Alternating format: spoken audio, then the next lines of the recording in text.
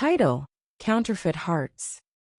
The name Counterfeit Hearts swirled in my mind as I sat in the passenger seat of Mel's truck.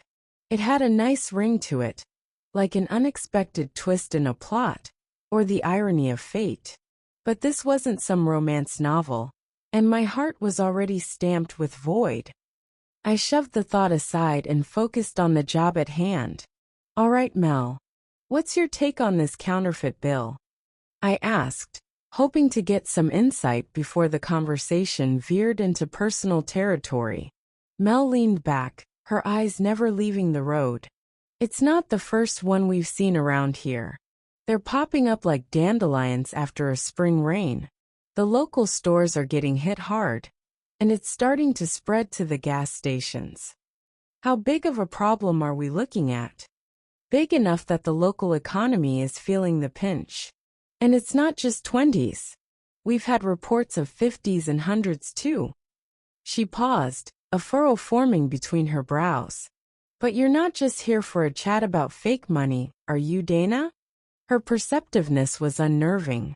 I needed to keep my cover intact. "What makes you say that?" Mel took a deep breath, her eyes flicking to me briefly before returning to the road.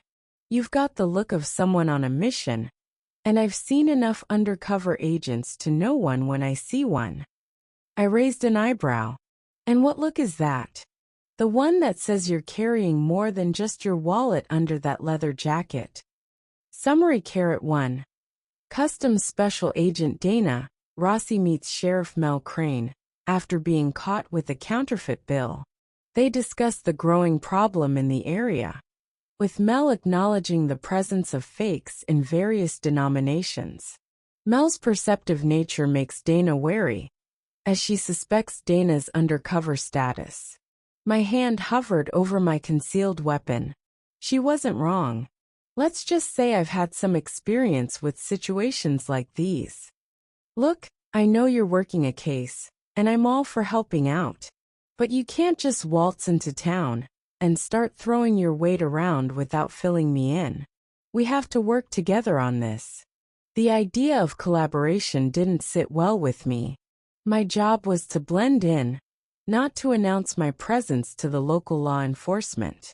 But there was something about Mel's no-nonsense attitude that made me consider it. Plus, the quicker I could tie this fake currency to the smuggling ring, the better. "Fine," I relented. "But I'm not sharing everything. I've got orders." Mel nodded. "Fair enough. But I've got a feeling our paths are going to cross more than once before this is over. And when they do, it'd be nice to not trip over each other." We pulled into a secluded spot off the main road, the engine rumbling to a stop. The silence outside was thick, almost eerie. It was a stark contrast to the chaos of the city, and it made me realize how much I missed the quiet. "All right, Dana, what's the deal?" Mel's voice was firm but not unkind. I took a moment, weighing my options. The truth or a well-crafted lie. I decided on a middle ground. "I'm looking into a smuggling operation. High-end designer knockoffs. The kind that make their way into the black market and ruin the economy." Her eyes narrowed. "And you think it's connected to the counterfeit ring?" "It's possible. They could be using the same channels, maybe even the same people." "Well, you're in luck," she said, a hint of a smile playing on her lips. "I've got a knack for sniffing out trouble. I don't need a sidekick, Sheriff." "Who said anything about being a sidekick?" She opened the door of the truck and stepped out. "I'm more of a lead-the-way type of gal." The challenge in her voice was clear. Whether I liked it or not, it seemed Mel Crane was going to be a part of my story in Muskingum. And as much as I told myself to keep my heart in check, I couldn't help but feel a spark of excitement at the thought of working alongside her. Maybe this wasn't just about fake bills and smuggled goods anymore. Maybe it was about finding something real in this world of deceit. "Counterfeit Hearts," I murmured to myself, as if naming the case could somehow contain the tumult of emotions churning within me. Mel leaned against the tailgate, watching me with a mix of curiosity and skepticism. "What was that?" she asked. "Just thinking out loud," I replied with a shrug. "So what's the deal with these fakes? Any leads?" Mel pulled out the bill and studied it under the dull light of the truck's interior. "The thing is, these are good. Too good. They're slipping past even the most sophisticated detection systems. Sounds like we've got ourselves a pro. Or a bunch of them. My gut says it's a local operation, but it's got connections. Big ones." "Could be," I agreed. "But we're looking at the tip of the iceberg here." The silence between us grew as we both contemplated the gravity of the situation. The moon cast a pale glow over the field, illuminating the tall grass and distant silhouettes of trees. It was a serene scene, but the tension was palpable. "All right," I said finally. "We'll keep each other in the loop. But I need to make it clear. My priority is my case. I can't get sidetracked." Mel nodded, her eyes meeting mine with a determination that matched my own. "Understood. But remember, 2 heads are better than 1, especially when you're dealing with snakes." The thought of danger lurking in this quiet town sent a shiver down my spine. But I knew she was right. With her help, we might just crack this case wide open. And maybe, just maybe, I'd find something genuine in the process. Something that wasn't made to deceive. The next day, Mel and I met at the sheriff's office, a small, unassuming building on the edge of town. She had a map laid out on the desk, a web of colored strings crisscrossing over it like a macabre spider's web. "This is what we're dealing with," she said, pointing to the various locations where fake bills had been found. "It's spreading." "Looks like it," I murmured, leaning over the map. The towns and backroads looked like a puzzle waiting to be solved. "How often are you seeing these?" "At least once a week. And it's not just here. Other counties are reporting the same thing. Could be they're testing the waters, seeing how much they can get away with before someone notices." Mel nodded, "Which means we need to act fast." We decided to start with the local businesses that had reported receiving the counterfeit bills, working our way outward from the center of the distribution. It was tedious work, but it was a start. As we drove from place to place, Mel filled me in on the town's history and the people who lived there. Her love for the community was evident in her voice, and it made me feel a strange sense of belonging. Like maybe, just maybe, this was where I was supposed to be. But the more we talked, the more I realized we had in common. She had her own ghosts from the past, her own reasons for ending up in a place she never expected to stay. It was as if we were 2 lost souls navigating a treacherous path together, finding solace in our shared solitude. The first few leads turned up nothing but dead ends. The local pawn shops and convenience stores had all played dumb, but Mel and I both knew better. They were hiding something. We staked out one of the shadier locations late into the night, our eyes glued to the comings and goings of suspicious characters. It was a dance of shadows and whispers, a game of cat and mouse. Finally, a man emerged from the alleyway, clutching a bag tight to his chest. He glanced around nervously before climbing into a beat-up car and peeling out of the parking lot. Mel and I shared a look. "That's our guy," she said, her voice low and full of promise. We followed him at a safe distance, our hearts racing as the adrenaline kicked in. The chase led us deeper into the countryside, down winding roads that grew increasingly desolate. The car's taillights grew smaller and smaller, but we didn't lose them. Not until we reached the outskirts of a dilapidated industrial park. The name Counterfeit Hearts took on new meaning as we approached the abandoned warehouse that the car had disappeared into. The love for this town that Mel had talked about was being corroded by greed, and it was our job to cut it out before it spread further. Mel parked the truck out of sight and we approached on foot, our boots crunching in the gravel. The sound echoed through the stillness like a warning. We were about to crash a party we hadn't been invited to. As we drew closer, the air grew thick with the scent of ink and the buzz of machinery. The warehouse loomed before us, a towering fortress of shadows. It was clear we weren't the only ones looking for answers. The door was unlocked, a sign of either carelessness or arrogance. We slipped inside, our senses heightened. The space was vast, filled with the ghosts of industry past. But it was what we saw in the center that took our breath away. Rows upon rows of counterfeit goods lined the floor, designer knockoffs that would fool even the most discerning eye. And in the back, a makeshift printing press churned out fake bills, the heart of the operation. We split up to search the place, our steps silent as we moved through the shadows. It was a dance we'd both done before, a dance of danger and discovery. Suddenly, the sound of footsteps echoed through the cavernous room.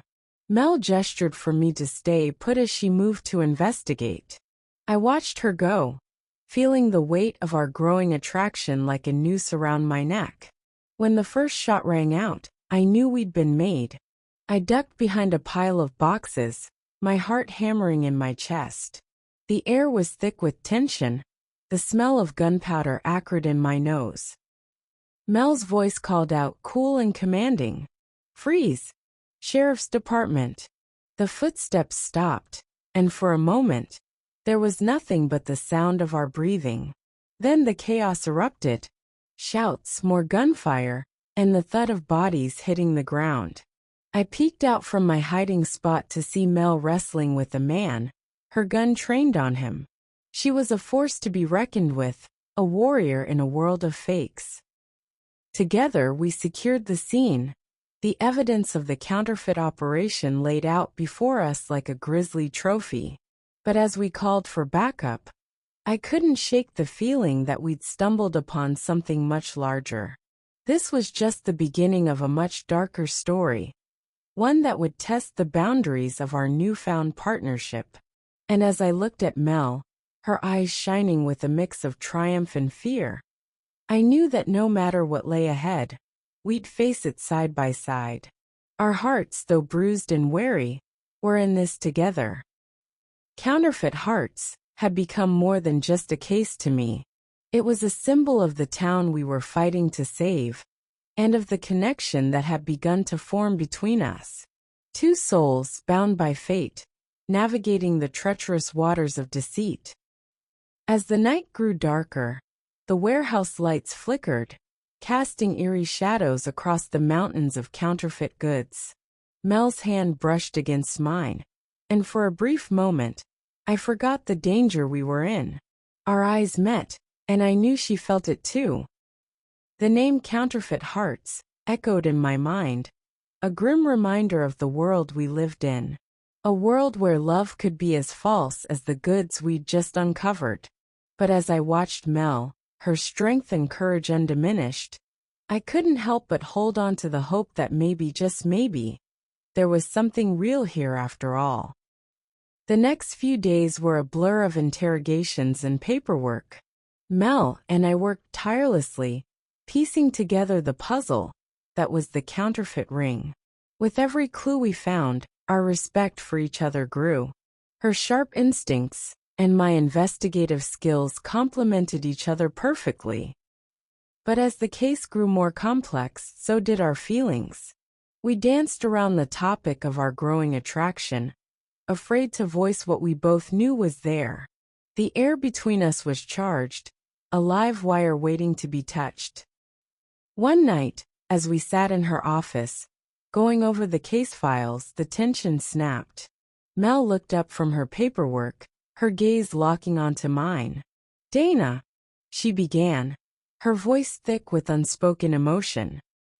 But before she could say more, the phone rang, shattering the moment. It was the call we'd been waiting for, a lead on the smuggling ring. We had to move fast. The raid was a success. the smugglers caught red-handed with a van full of high-end knockoffs. But amidst the victory, the stalker's shadow loomed. The threats grew more intense, the attacks more personal. It was clear Mel was the target.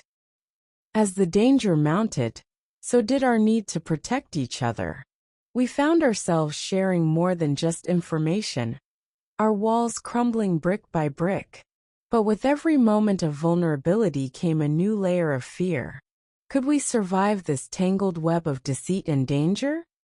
The nights grew longer, our rests more elusive. Mel's home was no longer safe, so I convinced her to stay with me at the small motel on the edge of town.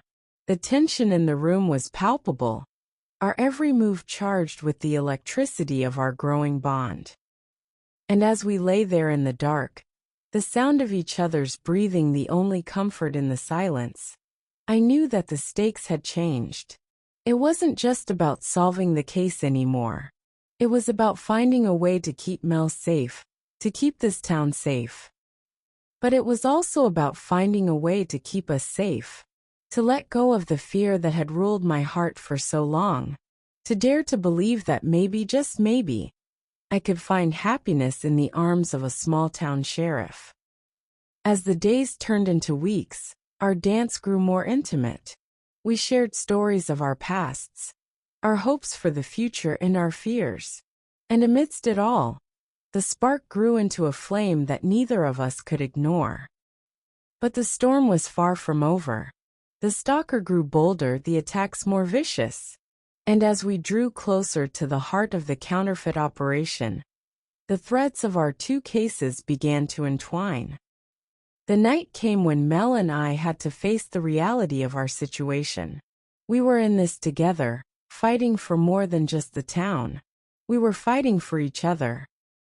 Standing in the moonlit parking lot, surrounded by the wreckage of our previous lives, we finally admitted what had been simmering beneath the surface. Our hearts, though scarred and bruised, had found something genuine, and together, we'd face whatever came next. Counterfeit Hearts had become more than just a case to me. It was a symbol of the town we were fighting to save, and of the connection that had begun to form between us. Two souls, bound by fate, navigating the treacherous waters of deceit. The name Counterfeit Hearts echoed in my mind as Mel and I sat in the quiet of the motel room. It was a grim reminder of the world we lived in, where love could be as false as the goods we'd just uncovered. But as I watched her, her strength and courage undiminished, I couldn't help but hold on to the hope that maybe, just maybe, there was something real here after all. "Dana," Mel whispered, breaking the silence. Her voice was thick with a mix of fatigue and unspoken emotion. "I know we're in the middle of this mess, but I can't ignore what's happening between us." My heart skipped a beat.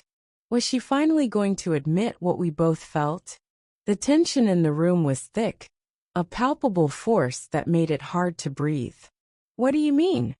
I asked, playing it cool despite the heat that was slowly spreading through my body. Mel took a deep breath, her eyes searching mine. "I mean that. I think we need to talk. About us." The moment hung in the balance, the air thick with anticipation. We'd been dancing around this for weeks, the pull between us growing stronger with every passing day.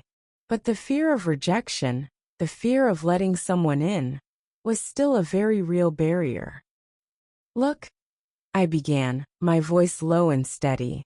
"I've been hurt before. I'm not sure I'm ready to." But she cut me off with a gentle smile, reaching out to take my hand. "I know, and I'm not asking you to jump into anything.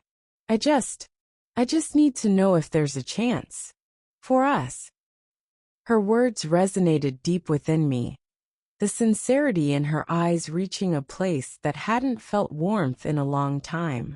And as I looked into those dark pools of hers, I knew that the risk was worth it. That maybe, just maybe, our hearts weren't as counterfeit as we thought. With a nod, I squeezed her hand. "There's a chance, Mel. A very real one. The relief in her eyes was immediate. A weight lifted from both our shoulders. We sat there for a moment, just holding each other's hands. The quiet understanding that we had just taken the first step into something neither of us had dared to dream of. But the world outside our little bubble didn't stop turning, and the case still loomed large. The stalker was out there, the counterfeit ring was still active, and the town we'd grown to care about was still in danger. We had to stay focused, had to keep moving forward. But now, with Mel by my side, the fear didn't seem so overwhelming. Together, we could face whatever the counterfeit hearts case threw at us.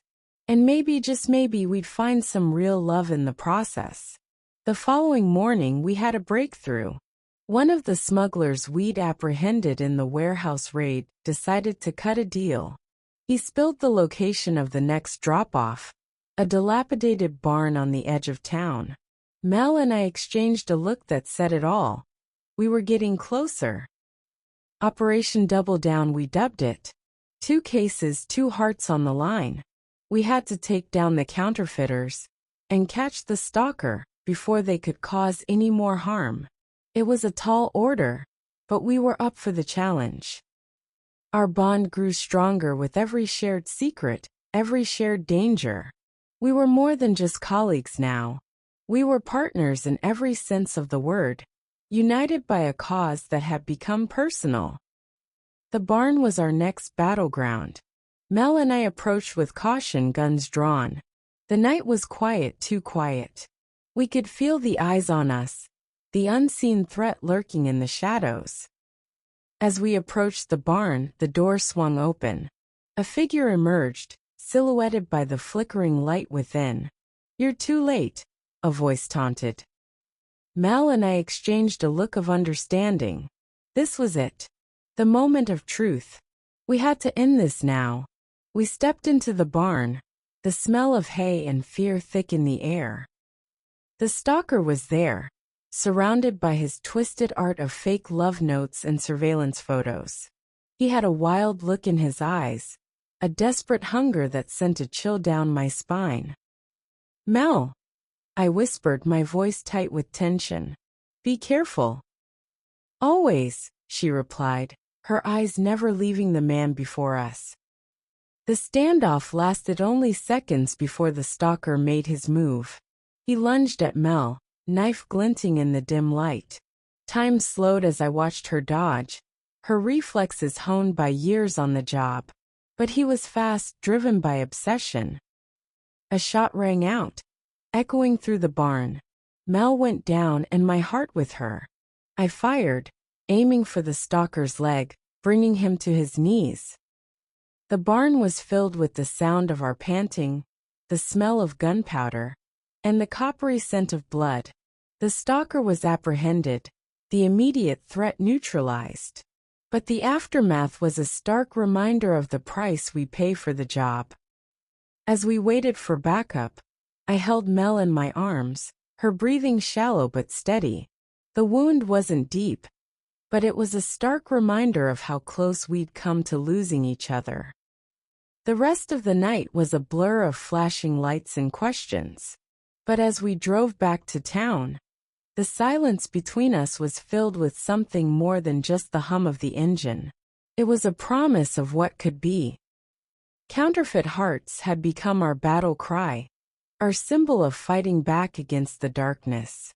And as the sun began to rise, painting the sky in shades of pink and orange, I knew that together, we could conquer anything.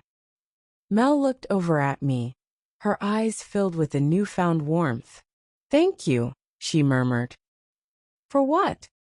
"For not letting me face this alone." I squeezed her hand. Alone isn't an option anymore. And as the sun rose over the horizon, we drove back to the town we were sworn to protect, ready to face whatever lay ahead. Because together, we were more than just 2 lost souls. We were a force to be reckoned with. The case was far from over, but for now we had each other. And that was the most real thing in a world of fakes.